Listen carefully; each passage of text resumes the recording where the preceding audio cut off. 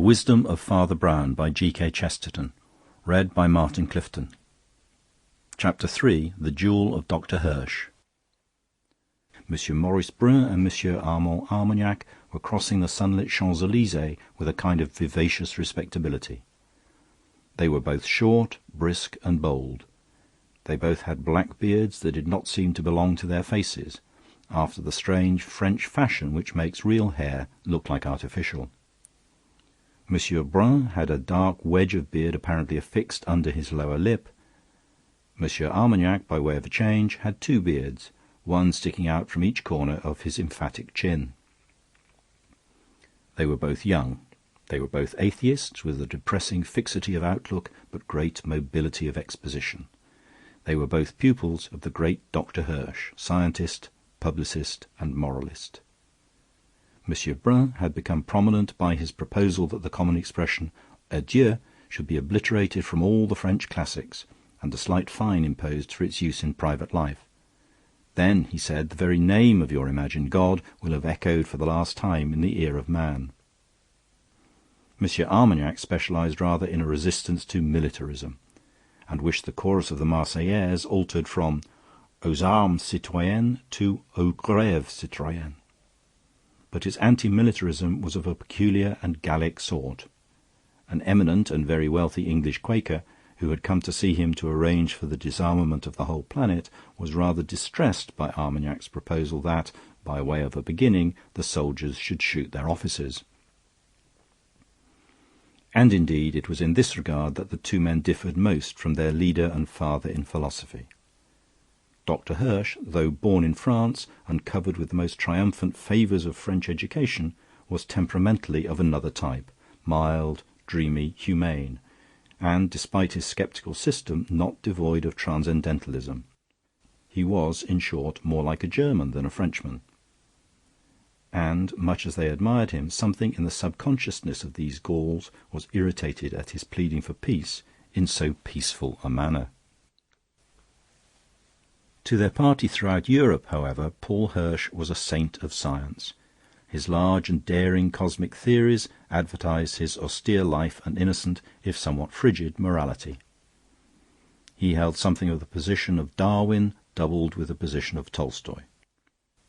But he was neither an anarchist nor an anti-patriot. His views on disarmament were moderate and evolutionary. The Republican government put considerable confidence in as to various chemical improvements. He had lately even discovered a noiseless explosive, the secret of which the government was carefully guarding. His house stood in a handsome street near the Elysee, a street which, in that strong summer, seemed almost as full of foliage as the park itself. A row of chestnuts shattered the sunshine, interrupted only in one place where a large cafe ran out into the street. Almost opposite to this were the white and green blinds of the great scientist's house, an iron balcony, also painted green, running along in front of the first-floor windows. Beneath this was the entrance into a kind of court, gay with shrubs and tiles, into which the two Frenchmen passed in animated talk. The door was opened to them by the doctor's old servant Simon, who might very well have passed for a doctor himself, having a strict suit of black, spectacles, grey hair, and a confidential manner. In fact, he was a far more presentable man of science than his master, Dr. Hirsch, who was a forked radish of a fellow, with just enough bulb of a head to make his body insignificant. With all the gravity of a great physician handling a prescription, Simon handed a letter to M. Armagnac. That gentleman ripped it up with a racial impatience and rapidly read the following. I cannot come down to speak to you. There is a man in this house whom I refuse to meet. He is a chauvinist officer, Duboche. He is sitting on the stairs.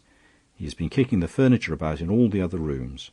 I have locked myself in my study, opposite that cafe. If you love me, go over to the cafe and wait at one of the tables outside. I will try to send him over to you. I want you to answer him and deal with him.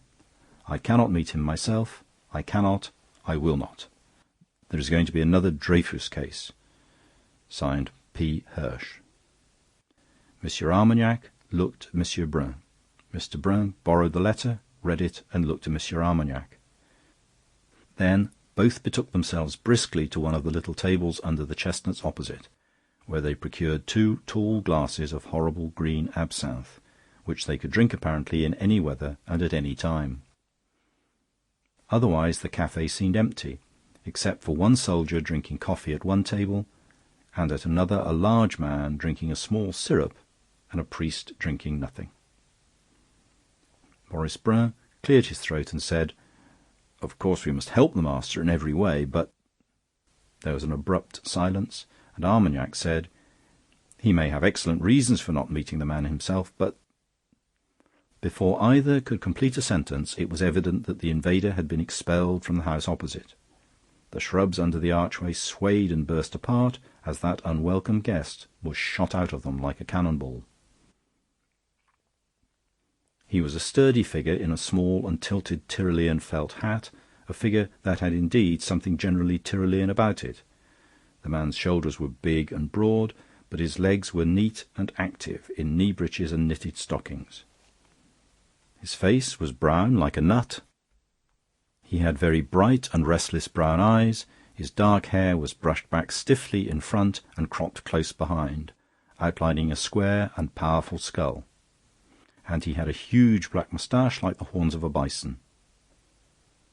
Such a substantial head is generally based on a bull neck, but this was hidden by a big coloured scarf, swathed round up the man's ears and falling in front inside his jacket like a sort of fancy waistcoat. It was a scarf of strong dead colours, dark red, old gold, and purple, probably of Oriental fabrication. Altogether the man had something a shade barbaric about him, more like a Hungarian squire than an ordinary French officer. His French, however, was obviously that of a native, and his French patriotism was so impulsive as to be slightly absurd. His first act, when he burst out of the archway, was to call in a clarion voice down the street, "Are there any Frenchmen here?" as if he were calling for Christians in Mecca. Armagnac and Brun instantly stood up, but they were too late. Men were already running from the street corners. There was a small but ever clustering crowd. With the prompt French instinct for the politics of the street, the man with the black moustache had already run across to a corner of the café, sprung on one of the tables, and seizing a branch of chestnut to steady himself, shouted as Camille Desmoulins once shouted when he scattered the oak leaves among the populace. "Frenchmen," he volleyed, "I cannot speak. God help me, that is why I am speaking. The fellows in their filthy parliament who learn to speak also learn to be silent, silent as that spy cowering in the house opposite, silent as he is when I beat on his bedroom door, silent as he is now, though he hears my voice across this street and shakes where he sits. Oh, they can be silent eloquently, the politicians, but the time has come when we that cannot speak must speak. You are betrayed to the Prussians, betrayed at this moment, betrayed by that man. I am Jules Dubosc, Colonel of Artillery, Belfort. We caught a German spy in Vosges yesterday, and a paper was found on him, a paper I hold in my hand. Oh, they tried to hush it up. But I took it direct to the man who wrote it, the man in that house. It is in his hand, it is signed with his initials, it is a direction for finding the secret of this new noiseless powder. Hirsch invented it, Hirsch wrote this note about it. The note is in German and was found in a German's pocket. Tell the man the formula for powder is in grey envelope in first drawer to the left of the secretary's desk, War Office, in red ink. He must be careful. P.H. He rattled short sentences like a quick-firing gun, but he was plainly the sort of man who is either mad or right. The mass of the crowd was nationalist, and already in threatening uproar, and a minority of equally angry intellectuals, led by Armagnac and Brun, only made the matter more militant. "If this is a military secret," shouted Brun, "why do you yell about it in the street?" "I will tell you why I do," roared Dubosc above the roaring crowd. "I went to this man in a straight and civil style. If he had any explanation, it could have been given in complete confidence. He refuses to explain. He refers me to 2 strangers in a café as to 2 flunkies. He has thrown me out of the house, but I am going back into it with the people of Paris behind me." A shout seemed to shake the very façade of mansions, and 2 stones flew, one breaking a window above the balcony. The indignant colonel plunged once more under the archway, and was heard crying and thundering inside. Every instant the human sea grew wider and wider. It surged up against the rails and steps of the traitor's house. It was already certain that the place would be burst into like the Bastille when the broken French window opened and Dr. Hirsch came out on the balcony. For an instant the fury half turned to laughter, for he was an absurd figure in such a scene. His long bare neck and sloping shoulders were the shape of a champagne bottle. But that was the only festive thing about him. His coat hung on him as on a peg, he wore his carrot-coloured hair long and weedy, his cheeks and chin were fully fringed with one of those irritating beards that begin far from the mouth. He was very pale, and he wore blue spectacles. Livid as he was, he spoke with a sort of prim decision, so that the mob fell silent in the middle of his third sentence. "Only 2 things to say to you now. The first is to my foes, the second to my friends. To my foes I say, it is true I will not meet Monsieur Dubosc, though he is storming outside this very room. It is true I have asked for 2 other men to confront him for me, and I will tell you why. Because I will not and must not see him, because it would be against all rules of dignity and honour to see him.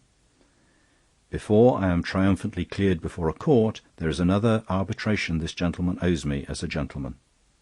And in referring him to my seconds, I am strictly—" Armagnac and Broom were waving their hats wildly, and even the doctor's enemies roared applause at this unexpected defiance.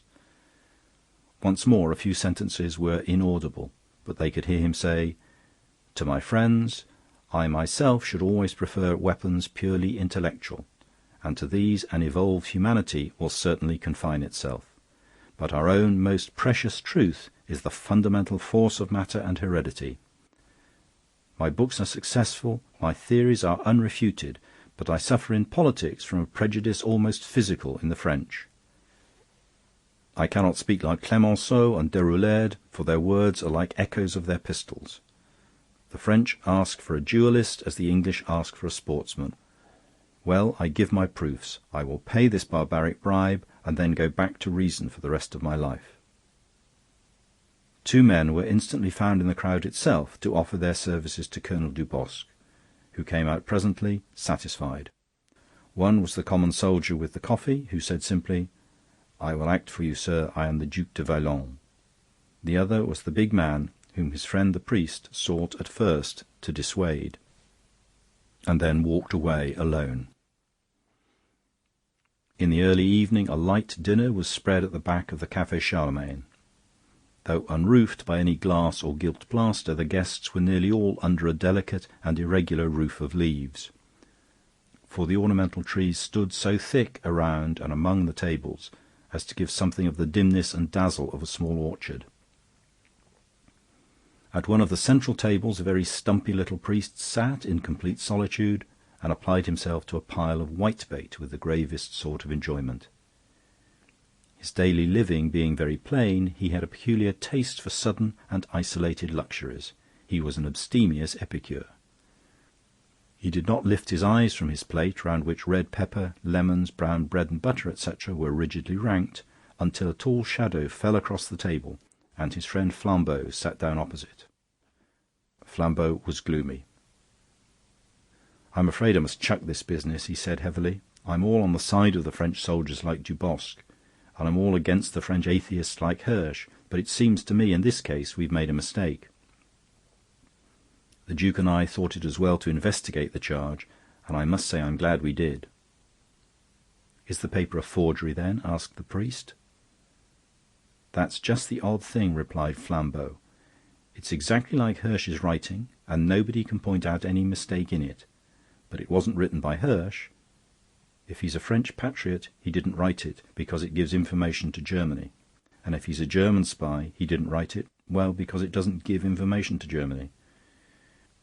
"You mean the information is wrong?" asked Father Brown. "Wrong," replied the other, "and wrong exactly where Dr. Hirsch would have been right.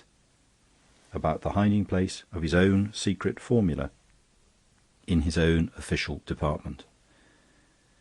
By favour of Hirsch and the authorities, the Duke and I have actually been allowed to inspect the secret drawer at the War Office where the Hirsch formula is kept. We are the only people who have ever known it, except the inventor himself and the Minister for War. But the Minister permitted it to save Hirsch from fighting.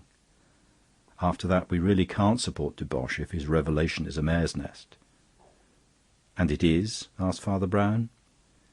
"It is," said his friend gloomily. "It is a clumsy forgery by somebody who knew nothing of the real hiding place. It says the paper is in the cupboard on the right of the secretary's desk. As a fact, the cupboard with the secret drawer is some way to the left of the desk. It says the grey envelope contains a long document written in red ink. It isn't written in red ink, but in ordinary black ink. It is manifestly absurd to say that Hirsch can have made a mistake about a paper that nobody knew of but himself, or can have tried to help a foreign thief by telling him to fumble in the wrong drawer. I think we must chuck it up and apologise to old Carrots." Father Brown seemed to cogitate. He lifted a little whitebait on his fork. "You're sure the grey envelope was in the left cupboard?" he asked. "Positive," replied Flambeau. "The grey envelope, it was a white envelope really, was—" Father Brown put down the small silver fish and the fork and stared across at his companion. "What?" he asked, in an altered voice. "Well, what?" replied Flambeau, eating heartily. "It was not grey," said the priest. "Flambeau, you frighten me." "What the deuce are you frightened of?" "I'm frightened of a white envelope," said the other seriously. "If it had only just been grey, hang it all, it might as well have been grey. But if it was white, the whole business is black. The doctor has been dabbling in some of the old brimstone after all." "But I tell you he couldn't have written such a note," cried Flambeau. "The note is utterly wrong about the facts, and, innocent or guilty, Dr. Hirsch knew all about the facts." "The man who wrote that note knew all about the facts," said his clerical companion soberly. "He could never have got 'em so wrong without knowing about 'em. You have to know an awful lot to be wrong on every subject. Like the devil." "Do you mean—" "I mean a man telling lies on chance would have told some of the truth," said his friend firmly. "Suppose someone sent you to find a house with a green door and a blue blind, with a front garden but no back garden, with a dog but no cat, and where they drank coffee but not tea. You would say, if you found no such house, that it was all made up. But I say no. I say if you found a house where the door was blue and the blind green, where there was a back garden and no front garden, where cats were common and dogs instantly shot, where tea was drunk in quarts and coffee forbidden, then you would know that you had found the house. The man must have known that particular house to be so accurately inaccurate." "But what could it mean?" demanded the diner opposite. "I can't conceive," said Brown. "I don't understand this Hirsch affair at all. As long as it was only the left drawer instead of the right, and red ink instead of black, I thought it must be the chance blunders of a forger, as you say. But 3 is a mystical number. It finishes things. It finishes this, that the direction about the drawer, the colour of the ink, the colour of the envelope, should none of them be right by accident, that can't be a coincidence. It wasn't." "What was it then? Treason?" asked Flambeau, resuming his dinner. "I don't know that either," answered Brown with a face of blank bewilderment. "The only thing I can think of— Well, I never understood the Dreyfus case. I can always grasp moral evidence easier than the other sorts. I go by a man's eyes and voice, don't you know, and whether his family seems happy, and by what subjects he chooses and avoids. Well, I was puzzled in the Dreyfus case, not by the horrible things imputed both ways.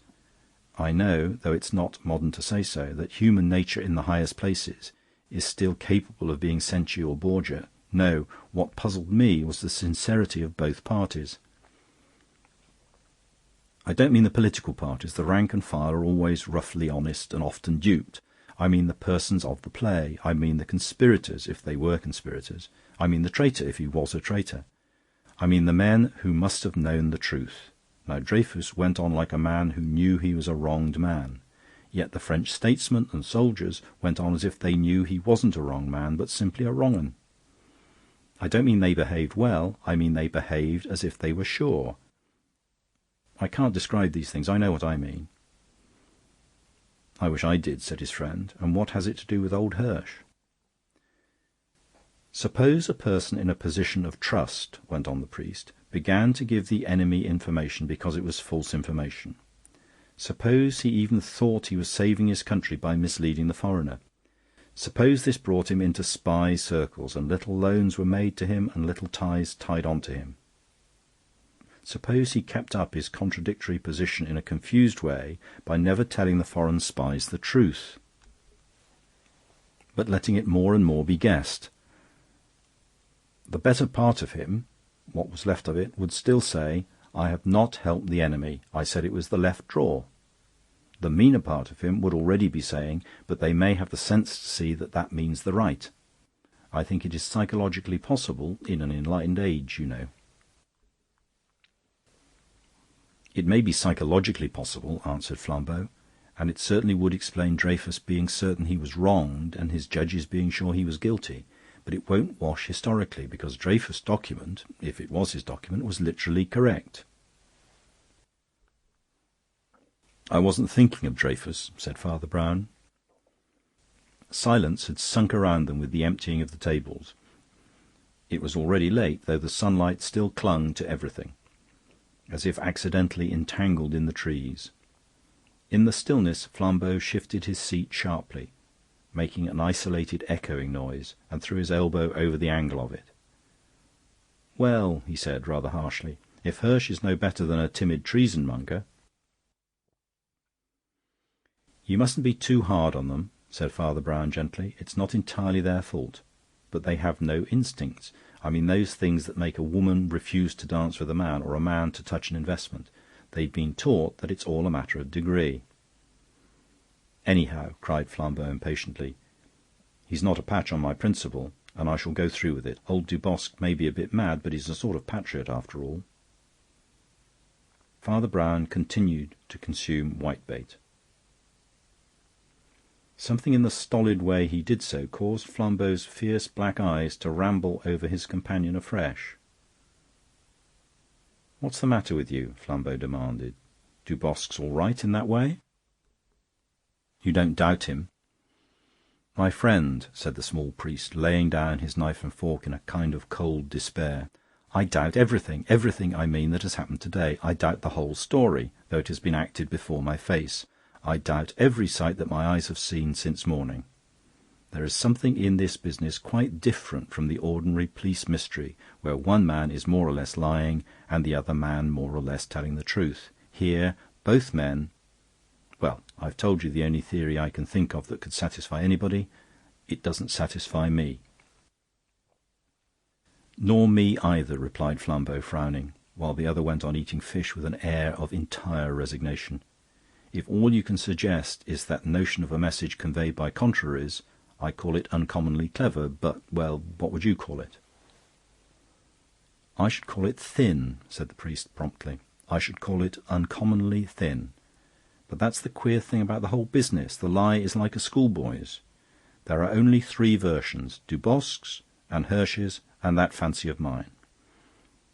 Either that note was written by a French officer to ruin a French official, or it was written by a French official to help German officers, or it was written by a French official to mislead German officers. Very well. You'd expect a secret paper passing between such people, officials or officers, to look quite different from that. You'd expect probably a cipher, certainly abbreviations, most certainly scientific and strictly professional terms. But this thing's elaborately simple, like a penny dreadful. In the purple grotto you will find the golden casket. It looks as if it were meant to be seen through at once." Almost before they could take it in, a short figure in French uniform had walked up to their table like the wind, and sat down with a sort of thump. "I have extraordinary news," said the Duc de Valon, I've just come from this colonel of ours. He's packing up to leave the country, and he asks us to make his excuses sur le terrain."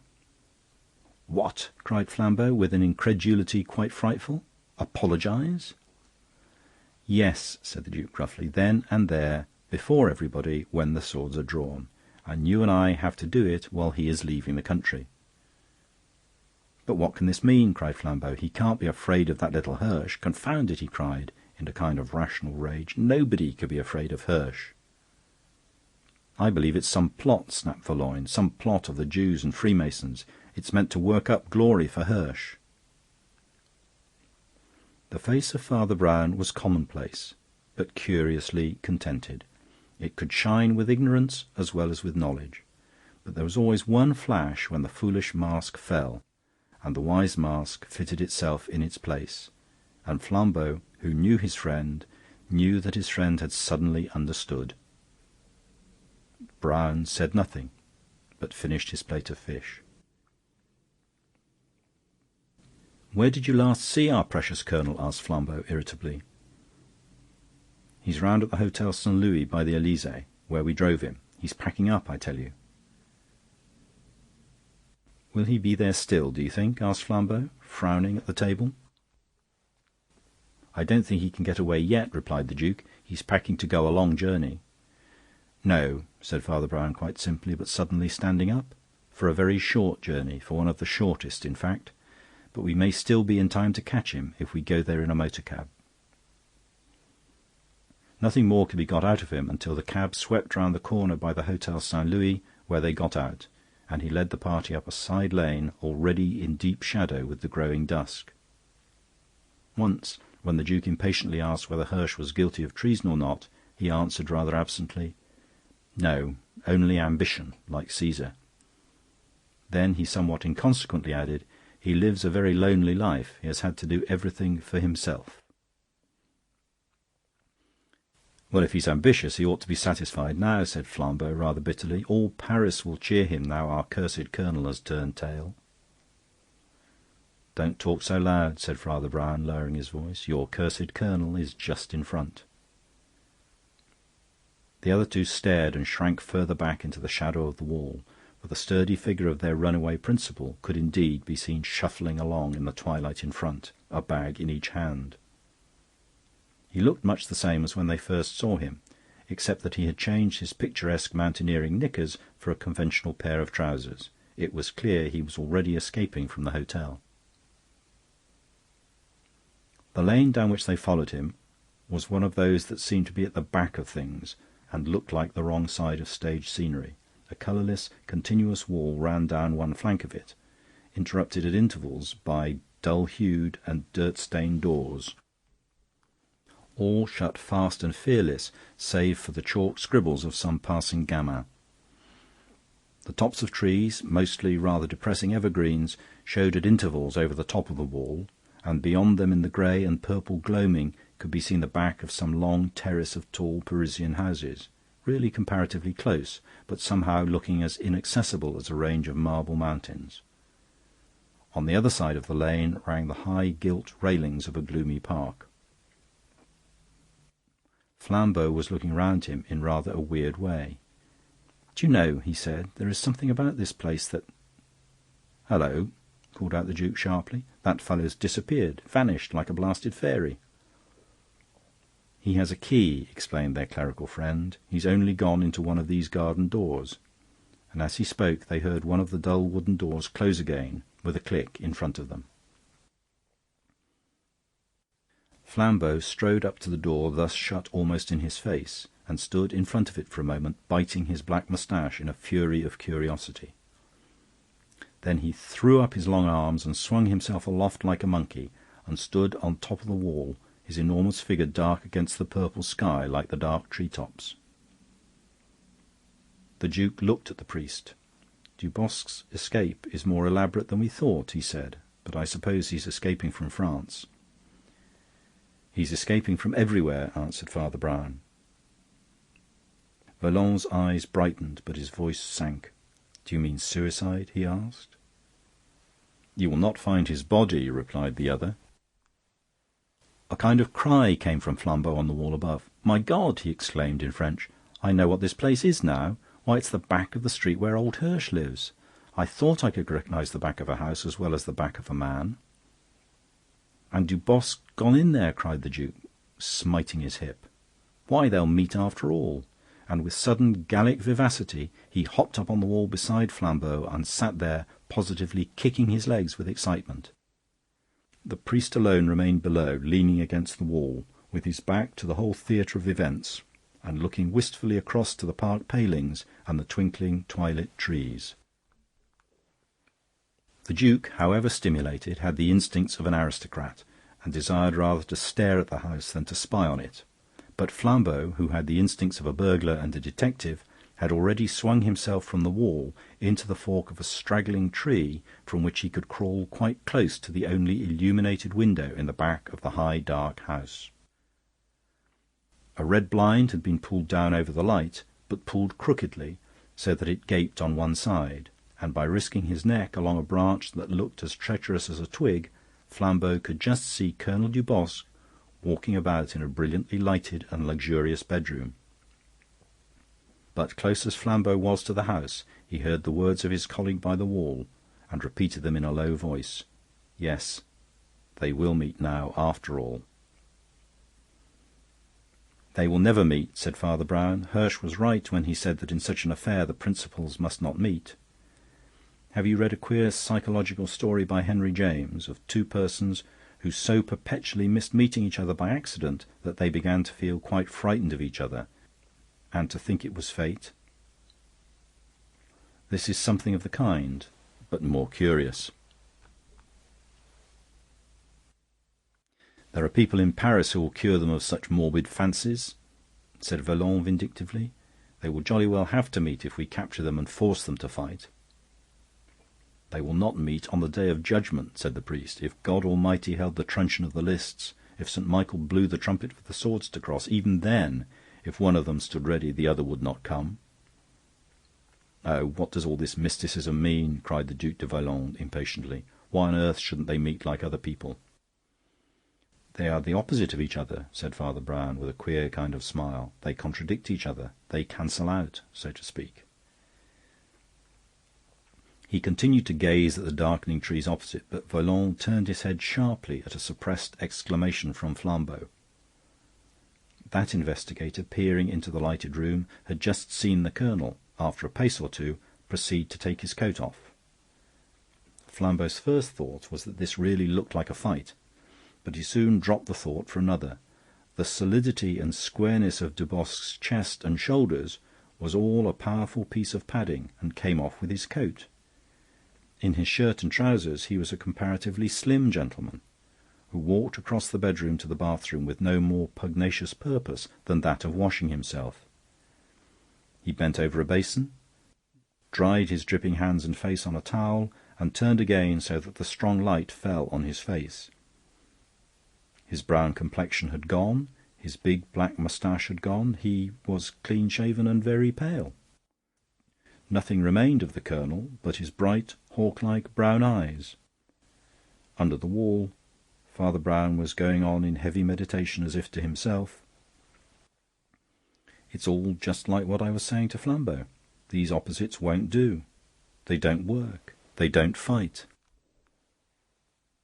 If it's white instead of black, and solid instead of liquid, and so on all along the line, then there's something wrong, monsieur. There's something wrong. One of these men is fair and the other dark, one stout and the other slim, one strong and the other weak. One has a moustache and no beard, so you can't see his mouth. The other has a beard and no moustache, so you can't see his chin. One has hair cropped to his skull, but a scarf to hide his neck. The other has low shirt collars, but long hair to hide his skull. It's all too neat and correct, monsieur, and there's something wrong. Things made so opposite are things that cannot quarrel. Wherever the one sticks out, the other sinks in, like a face and a mask, like a lock and a key." Flambeau was peering into the house with a visage as white as a sheet. The occupant of the room was standing with his back to him, but in front of a looking-glass, and had already fitted around his face a sort of framework of rank red hair, hanging disordered from the head and clinging round the jaws and chin, while leaving the mocking mouth uncovered. Seen thus in the glass, the white face looked like the face of Judas, laughing horribly and surrounded by capering flames of hell. For a spasm, Flambeau saw the fierce red-brown eyes dancing. Then they were covered with a pair of blue spectacles. Slipping on a loose black coat, the figure vanished towards the front of the house. A few moments later, a roar of popular applause from the street below announced that Dr. Hirsch had once more appeared upon the balcony. End of recording.